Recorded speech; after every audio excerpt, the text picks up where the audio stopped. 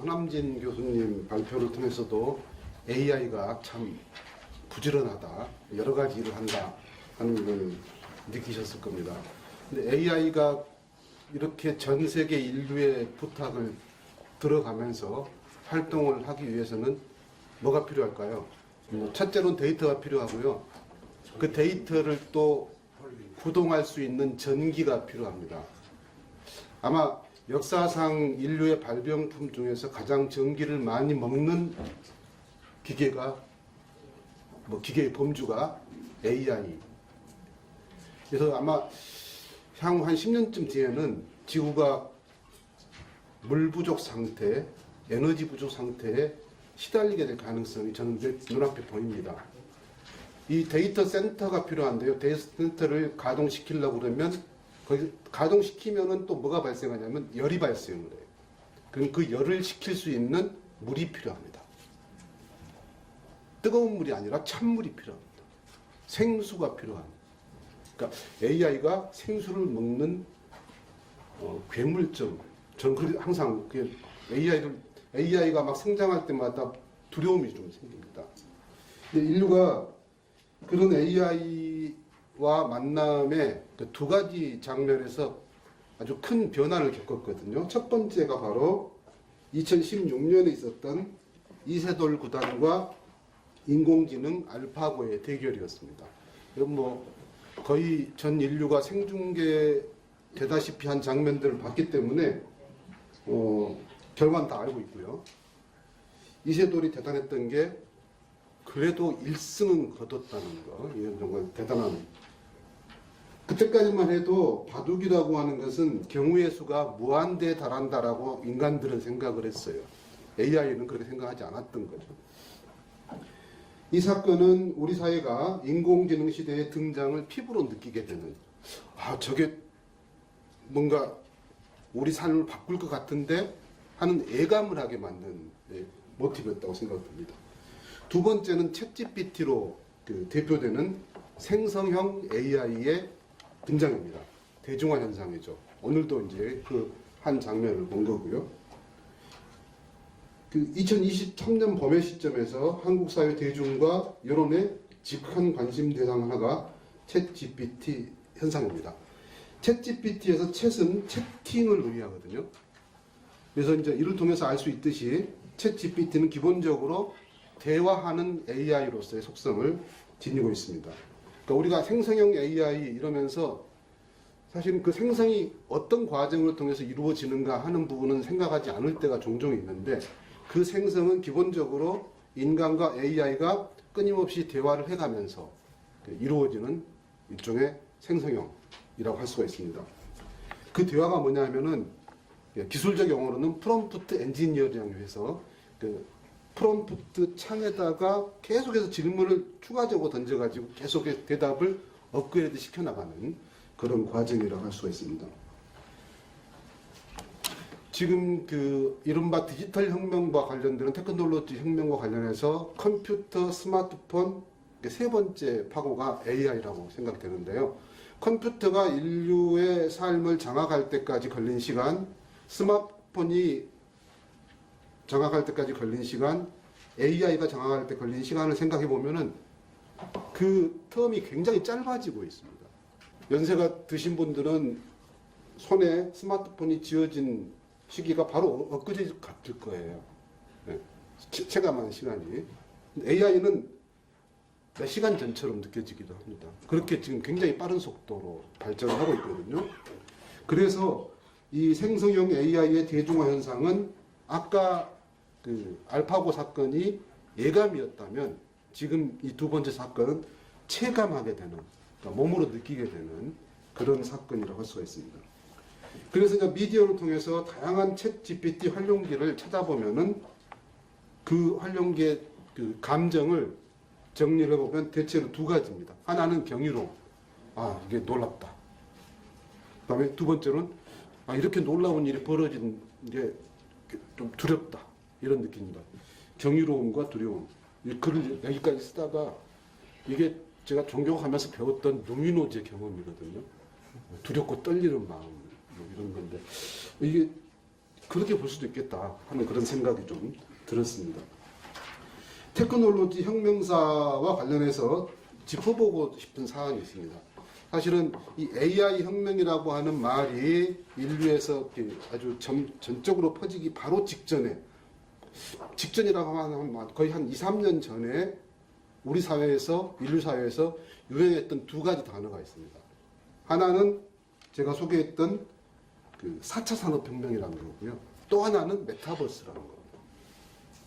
그게 4차 산업혁명이 나왔을 때도 그랬고, 메타버스가 나왔을 때도 그렇고, 이게 그냥 인류의 미래를 완전히 바꿀 것이다. 이런 담론들이 학자들에 의해서, 매스컴에 의해서 막 쏟아졌거든요.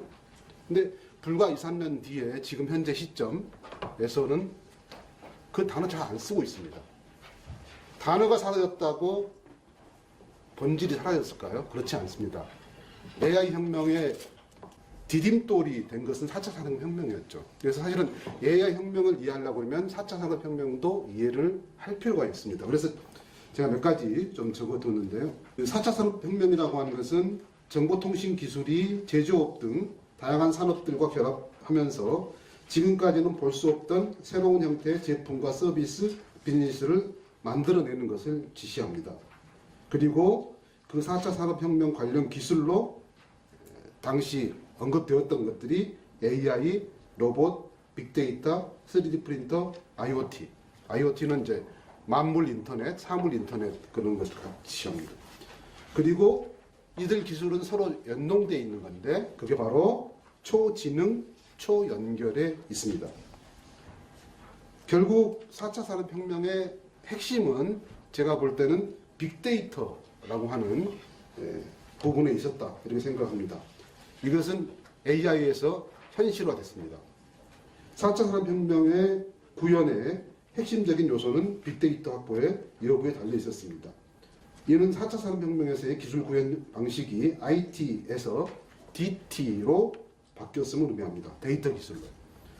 DT 시대의 데이터가 산업 시대의 석유와 비교되기도 합니다.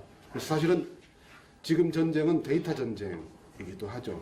그래서 데이터 센터를 어디다 만드냐. 예를 들어서 구글이 데이터 센터를 아시아권에서는 어느 나라에 만드느냐, 어느 나라에 비중을 두느냐 하는 것도 이쪽 분야 사람들한테는 초미의 관심사고, 이 AI 산업이 어떤 주도권이 어느 지점에 주어질 것인가를 생각하게 만드는 요소이기도 합니다. 자, 이 4차 산업혁명은 누군가에게는 축복이 됩니다. 그렇지만은 또 누군가에게는 재앙이 될 수도 있습니다. 아까 이 데이터 처리 과정에서 발생하는 물 부족 현상이 현실화된다고 그러면은 누구부터 타격을 받을까요? 선진국 사람들이 아니라 저개발 국가 사람들부터 타격을 받을 가능성이 큽니다. 산업은 이미 론칭이 됐기 때문에 굴러가야 되거든요. 그 굴러가는데 물이 필요해요. 그러면 그 물을 어디다 끌어다 쓰는 거죠. 예를 들어서 뭐 해수를 또 물로 하는 방법도 기술자들이 생각하고 있는데 그것은 더 큰 재앙을 불러올 수 있다는 또 반박에 부닥치고도 있기도 합니다. 자, 4차 산업혁명에 대한 우리 사회 담론은 주로 어떻게의 문제에 집중되고 있었습니다. 누구의 문제가 누락되어 있었죠.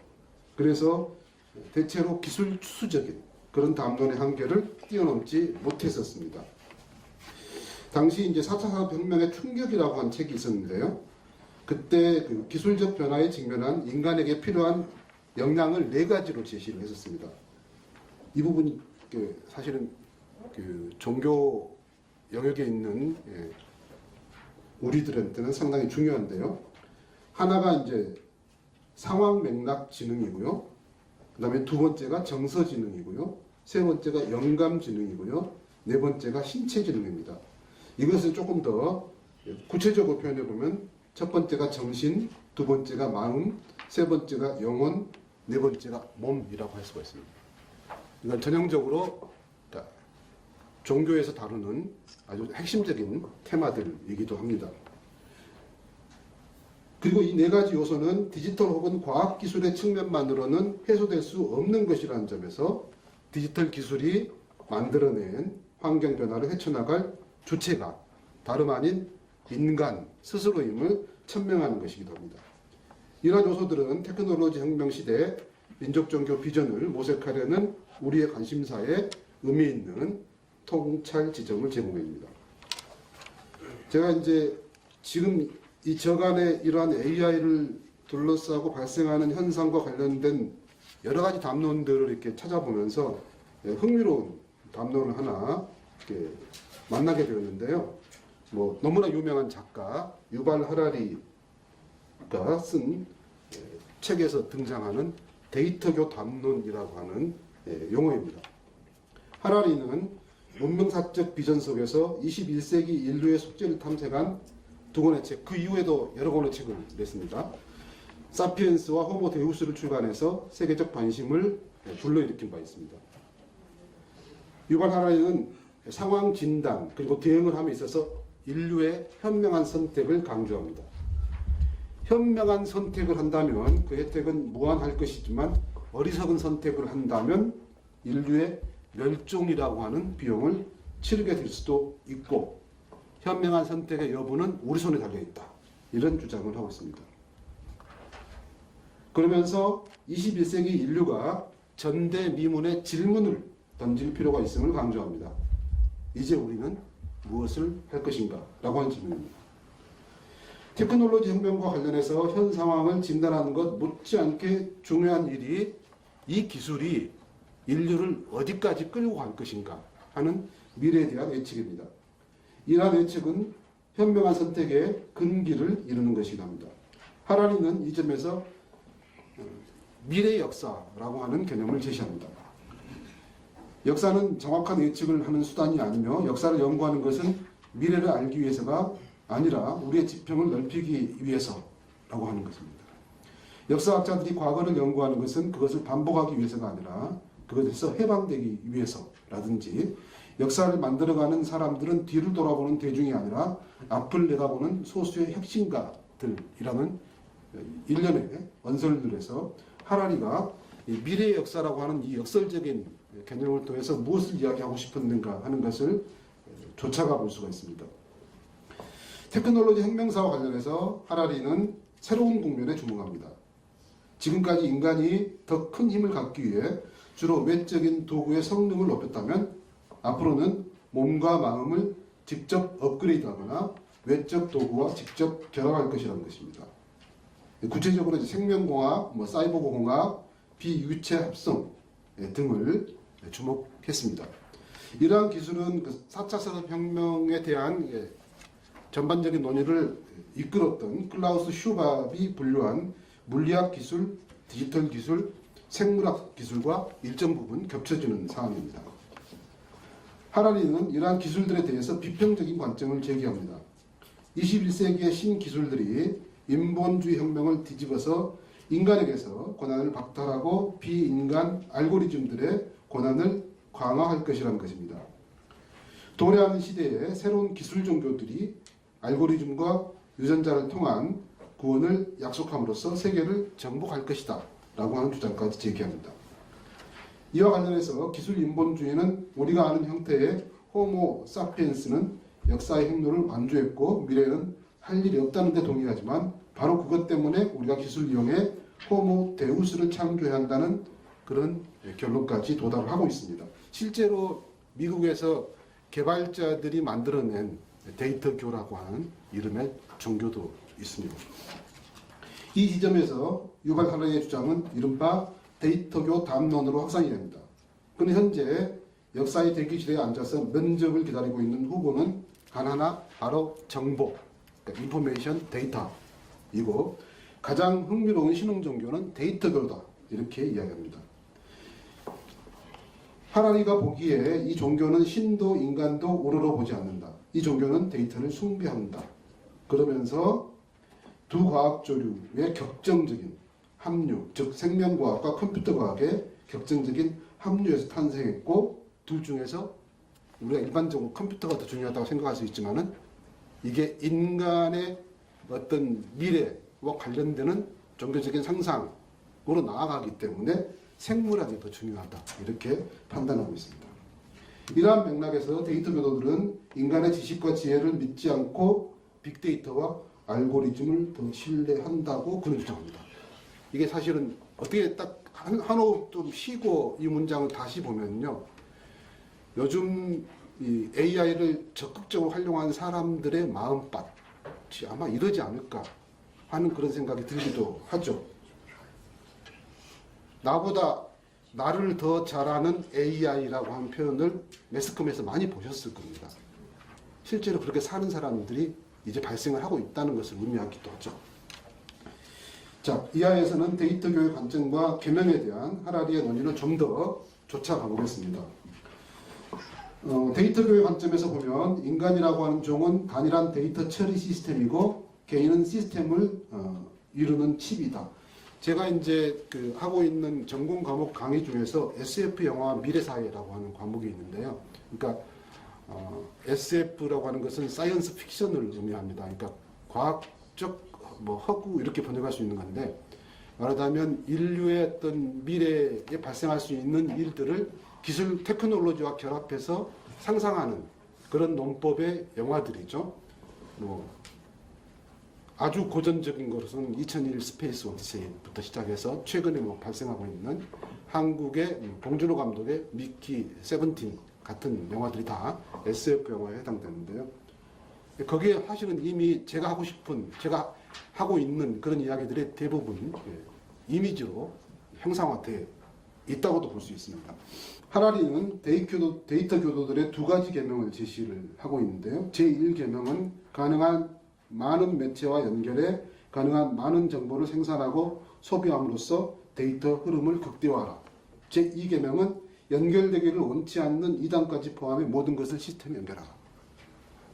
사실 이 계명들이 그냥 지금 우리의 논의와 상관없이 그냥 일반적으로 이것만 딱 떼가지고 이야기하면 현재 AI 장에서 벌어지고 있는 일들을 이 두 개 개념으로도 어느 정도는 정리를 할 수가 있을 것입니다. 유발 하라리는 데이터 교육 종국에 대해서 18세기의 인본주의는 신중심적 세계관에서 인간중심적 세계관으로 이동함으로써 신을 밀어냈다면 21세기의 데이터교는 인간중심적 세계관에서 데이터 중심적 세계관으로 이동함으로써 인간을 밀어낼 것이다 라고 전망합니다. 데이터교가 호모 사피엔스가 다른 모든 동물들에게 했던 일을 호모 사피엔스에게 하겠다고 위협한다는 것이죠. 자, 제가 이제 좀 이 두 권의 책을 읽고 있던 시점에 또 이렇게 손에 잡혔던 책이 대량살상 수학무기라고 하는 책이었습니다. 그래서 3장에서는 데이터 과학자 캐시 온일의 이 책을 통해서 데이터 과학의 그림자적인 측면을 한번 살펴보려고 합니다. 그녀는 다음과 같이 데이터 과학의 배경을 읽는 모형에 대한 비판적 관점을 제기합니다. 이거 한번 읽어보겠습니다. 수학 모형은 여러 가지 면에서 신을 닮았다. 신처럼 불투명해서 이해하기 힘들다. 각 영역의 최고 사제들, 즉 수학자와 컴퓨터 과학자들을 제외하고는 그 누구에게도 내부의 작동 방식을 보여주지 않는다. 이 책이 나왔을 때는 이렇게 썼습니다. 지금 그런데 생성형 AI를 개발하는 개발자들은 어떻게 이야기하냐면요, 자기들도 모른다. 그러니까 예를 들어서 챗GPT가 어떠한 데이터들을 어떤 방식으로 어떻게 모아서 그 대답을 했는지는 우리도 모르겠다. 무섭지 않습니까? 무서운 판이거든요. 그러니까 지금 캐시 오닐이 분석했을 때보다 조금 더 기술적인 진보가 더 나아가 있는 그런 상태라고 보시면 되겠습니다. 그리고 신의 편견처럼 잘못되거나 유쾌한 결정을 내릴지라도 반박하거나 수정해달라고 요구할 수 없다. 무엇보다 사회적 약자와 가난한 사람들을 차별하고 부자는 더욱더 부자로 만들어주는 경향이 있다.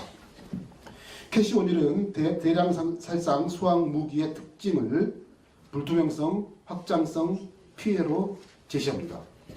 그래서 대량살상 수학 무기가 앞에서 하는 약속과 뒤에서 하는 행동이 철저히 다르다고 그렇게 진단합니다. 캐시 오닐은 데이터 처리 기계화 과정에 대한 설명을 통해서 해제의 가능성을 모색합니다. 그녀는 데이터를 처리하는 기계들 스스로가 우리의 데이터를 샅샅이 조사하면서 우리의 습관과 희망, 두려움과 바람을 찾아내고 있다고 말합니다. 중요한 것은 데이터 처리 과정이 과거를 코드화할 뿐 미래를 창조하지는 않는다는 점입니다. 그래서 미래를 창조하려고 한다면 도덕적인 상상력이 필요한데 그런 능력은 오직 인간만이 가지고 있습니다. 그녀는 우리 같은 나은 가치를 알고리즘에 명백히 포함시키고 우리의 윤리적 지표를 따르는 빅데이터 모형을 창조해야 한다고 말합니다.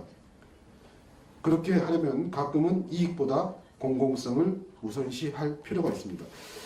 자, 이거 간데 방금 위에서 읽었던 문장 마지막 부분을 생각하면은 인류가 합의하지 않는 한 이렇게 되기 어렵잖아요.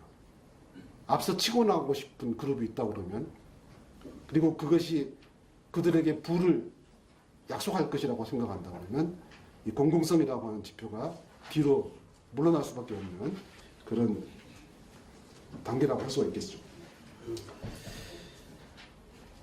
캐시 오닐은 대량 살상 수학 무기를 무장 해제하려면 모형의 영향력을 추정하고 알고리즘을 대상으로 감사를 실시해야 한다고 주장합니다. 빅데이터는 현명하게 관리된다면 중요한 통찰을 제공할 수 있습니다. 그러나 그러한 많은 통찰이 기존 질서를 파괴할 수도 있습니다. 그녀는 데이터 과학자들에게는 자신들이 과감히 뛰어든 생태계를 이해하고 나아가 그것에 대한 해결책을 제시해야 하는 어려운 도전이 기다렸다고 말합니다.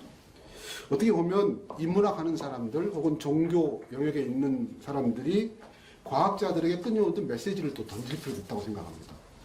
그러니까 제가 언젠가 한번 그 대학생 시절에 컴퓨터 공학자들이 모인 그 집단의 어떤 종교적인 그러니까 교회에서의 모임을 참여한 바 있는데 목사님이 설명하시는 뭐 하나님, 성령 이런 부분들에 대해서 시덥지 않게 생각을 하고 있다가 한 전도사님이 하나님과 접속하십시오. 성령을 다운로드 하십시오. 이런 취지로 강의를 진행을 했어요. 그러니까 그 컴퓨터 과학자들의 몸이 이렇게 있다가 이렇게 앞으로 왔었습니다. 그러면서 그 전도사님은 충분히 정말로 본연의 이야기를 해주셨어요. 그러니까 인문학자들이나 종교학자들, 뭐 종교인들이 어쩌면은 과학자들에게 이제 메시지를 던진 시점이 되었다. 자꾸 그런 발언들을 해야 한다. 그런 생각을 캐시 오닐을 읽으면서 할 수가 있었습니다. 네 번째 챕터에서는 짧게 인문학적인 통찰을 시도를 해보겠습니다. 다빈치 코드와 천사와 악마 같은 베스트셀러를 쓴 미국의 작가 댄 브라운은 테크놀로지 혁명과 관련한 기고문에서 향후 인간은 상상할 수 없이 상호 연결되고 그 연결을 통해 영적 경험을 하게 될 것이다 라고 했습니다. 인류는 더는 신을 필요로 하지 않지만 인공지능이 탄생시킨 새로운 형태의 결속이 종교를 대신할 겁니다 라고 말하는 바 있습니다. 지금 시점으로 보면 약 10년 전 이야기입니다. 이때 댄 브라운 이야기가 적어도 외피적으로 볼 때는 많이 현실화되고 있는 것처럼 느껴집니다. 그런데 댄 브라운과 반대적 입장에서 스티븐 호킹은 천재 물리학자였죠. 자신의 몸이 움직이지 않지만은 우주 끝까지 자신의 생각을 보냈던 과학자이기도 합니다. 인공지능이 인류 문명사에서 최악의 사건이 될 수 있다라고 경고하고 서기 2600년이면 지구는 인구 포화와 자원 낭비로 불덩어리가 될 것이고 인류는 그 전에 지구를 탈출해야 한다라고 주장했습니다. 2600년까지 안 갈 것 같아요. 지금 상황처럼 계속 인류가 밀어붙인다면 그럴 것 같습니다. 근데 정말 스티븐 호킹은 이 이야기를 절절하게 여러 차례 매스컴과 인터뷰하면서 했었습니다. 그것도 똑같은 2017년 기사였고요. 위에서 제가 대조적인 입장을 소개를 했는데요. 이러한 대조적인 입장은 데이터뷰 담론에 대한 이해에도 적용할 수 있습니다. 데이터뷰 담론의 구조를 파악하려면 알고리즘과 재설계 혹은 업그레이드 대상으로서의 마음에 대한 이론적 논의의 문턱을 넘어야 합니다. 자, 이제 아마 AI의 다음 수순은 인간의 마음, 인간의 몸이 될 것이라고 많이 이야기합니다. 그래서 사실은 철학자들은 이미 트랜스 휴먼에 대한 논의들을 다각도로 하고 있기도 합니다. 유발 하라리는 데이터뷰 담론의 종교적 함의를 논하면서 기술 종교, 가장 흥미로운 신흥 종교와 같은 표현을 사용하고 있습니다. 하지만 이러한 그의 논의를 진위를 파악하기 위해서는 그의 종교론을 살펴볼 필요가 있습니다.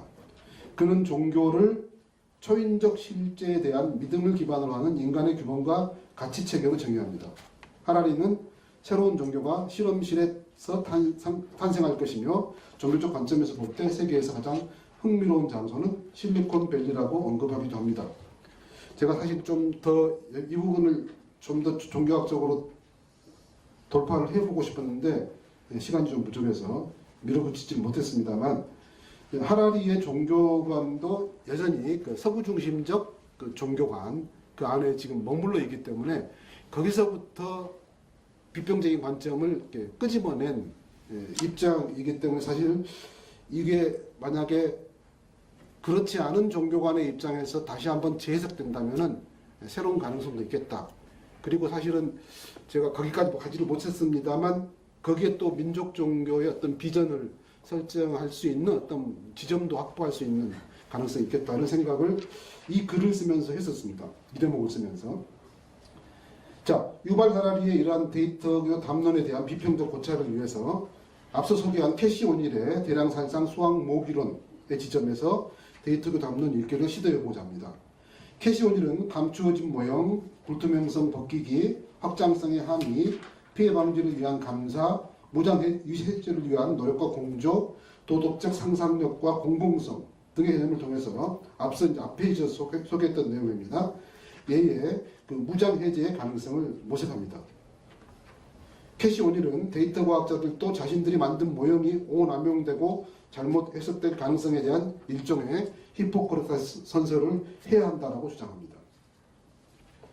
유발 하라리의 이러한 데이터 개념에 대한 비평적 고찰을 위한 또 다른 시도로 종교학자 멀치아 엘리아드의 성속 이론으로 데이터 담론 읽기를 한번 해보겠습니다. 엘리아드는 성현의 변증법을 통해 나타난 현상과 그 현상을 통해 드러난 성스러움의 실제에 대해서 이야기합니다. 그렇게 포착된 성스러움은 염두에 두면 나타난 있음으로서의 성질을 지닙니다.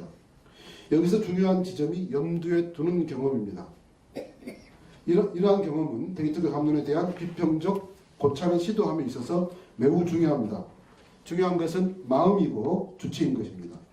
무엇을 보고 있는가, 무엇을 향해 가고 있는가에 대한 정확한 인식이 요청되고, 누구와 함께 하고 있는가, 누구를 위한 것인가에 대한 준엄한 판단이 필요합니다. 염두의 개념이 중요해지겠습니다. AI를 활용하고 사는 현대 인류에게. 다시 물어봅니다. 테크놀로지는 인류를 구원할 수 있는가? 데이터교 담론을 마주칠 때 기술과 기술의식을 변별할 필요가 있겠습니다. 이러한 변별은 기술과 기술 삶의 주체가 인간이라고 하는 점을 상기시켜줍니다. 기술 대상의 자리에 함몰되지 않고 기술 주체로 나아가야 합니다. 기술 행위의 효과 확산에만 몰두하지 말고 기술 실천의 공동체적 맥락을 함께 만들어 나가야 합니다. 데이터는 결코 객관적이지 않습니다. 그것을 생산, 창작하는 주체가 인간입니다. 데이터를 생산, 집적하는 주체의 자리와 성격도 무례합니다. 중요한 것은 그러한 데이터를 어떻게, 왜 수집, 집적하는가입니다. 그래서 질문을 던지는 행위, 즉 프로젝트가 중요해집니다. 근데 여기서 또 이제 하나 좀 복잡한 문제가 있는데요. 오늘날 데이터의 수집, 아까도 말씀드렸지만 데이터 수집이 객관적인 프로세스로 이루어지지 않습니다. 특히 여러분들이 신용카드를 사용하는 데이터들이 여러분의 어떤 아이덴티티를 규정할 때 상당히 중요하게 데이터화해서 분석이 되고 있거든요. 근데 그런 과정들이 객관적인 프로세스로 이루어지는가, 아니면 어떠한 그 바이어스를 가지고 수집되는가에 대해서 학자들이 논쟁을 하고 있는 중입니다. 자, 5장 테크놀로지 혁명에 직면한 민족종교의 비전입니다. 4장 말미에서 질문을 던지는 프로젝트의 중요성을 언급했습니다. 그 프로젝트란 말이 앞으로 던진다라고 하는 뜻을 갖고 있거든요. 그러니까 질문을 던지는 행위가 사실은 종교에도 중요한 거죠. 기술혁명의 연장선상에서 기술에 기반한 새로운 종교의 탄생까지를 운이하고 있는 데이터교 담론에 직면한 민족종교 진영은 테크놀로지는 인류를 구원할 수 있는가? 라는 질문을 던지고 나름의 비전을 제시하는 프로젝트를 수행할 책무를 시대적으로 부여받았습니다. 한국의 민족 종교는 근대 시기 격동기에서 그러한 격동의 시대를 돌파할 종교적 비전을 제시함으로써 당대 사람들의 지지를 이끌어낸 바 있습니다. 그때 민족 종교가 보여준 비전을 몇 가지로 정리해 볼 수 있을 것입니다. 첫째, 시대를 종교적으로 돌파할 개벽의 지향성입니다.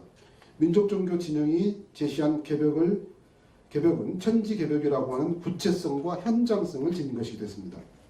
둘째, 사람과 사람됨의 가치에 대한 강조입니다. 한 시대가 저물어가는 혼돈의 시점에서 사람이 곧 하늘이라고 하는 점을 포착한 한편 하늘 같은 사람으로서의 주체적인 삶과 또 다른 하늘 같은 사람들에 대한 진심 어린 만남을 실천한 것이 당대 민족종교 진영의 큰 미덕이었습니다. 한국 민족종교 태동기의 시대적 콘텍스트가 세계화 공명과 전통 근대의 교대에 있었다면 오늘날 민족종교 진영이 마주한 가장 중요한 현실이 인공지능으로 대표되는 테크놀로지 혁명이라고 생각됩니다. 이러한 혁명의 와중에 이른바 데이터 담론에서 볼 수 있는 것처럼 전통적인 종교 세계는 일대 도전에 직면해 있습니다. 이러한 시점과 상황에서 근대 시기에 그랬던 것처럼 민족종교 진영이 또 한 번 물음을 던지고 해답의 체계를 제시해야 할 사회적인 책무가 주어져 있습니다. 민족종교 진영은 테크놀로지는 인류를 구원할 수 있는가? 라고 하는 물음을 던지고 이러한 물음에 대한 분명한 해답의 체계를 제시합니다. 그러기 위해서는 먼저 현재의 국면을 분명하게 인식할 필요가 있습니다. 어떻게 보면 이 테크놀로지 혁명의 역사와 관련된 민족 종교의 새로운 덧붙여지는 새로운 이야기가 필요한 시점이라고 하는 생각이 듭니다. 민족 종교 각 전통에서도 스스로의 종교적 해법을 모색할 수 있겠지만 민족 종교 진영 전체 차원에서의 대응도 필요합니다. 1장에서 생성형 AI를 사용한 경험자들의 사용담을 경이로움과 두려움으로 소개한 바 있습니다. 이러한 노미노적 경험에 담겨진 함의를 종교적으로 읽어낼 필요가 있습니다. 그러한 독법으로 기술의식에 대한 종교적 해석과 같은 작업을 제안할 수 있을 것이고 그 과정에서 민족 종교 경전에 대한 창조적 해석 작업이 수반되어야 할 것입니다. 그러한 점에서 민족 종교 진영의 개벽 모티브는 여전히 유효합니다. 당면한 테크놀로지 혁명 현상을 기술적 수용의 수동적 태도가 아니라 기술 개벽의 관점에서 천착해 볼 수도 있을 것입니다. 인공지능 관련 비평적 담론에서 강조되고 있는 주제가 주체로서의 사람과 사람만의 역량입니다. 이 지점에서 민족종교 진영이 지켜온 사람과 사람됨의 가치가 다시금 부각될 수가 있습니다. 네, 이상입니다. 감사합니다.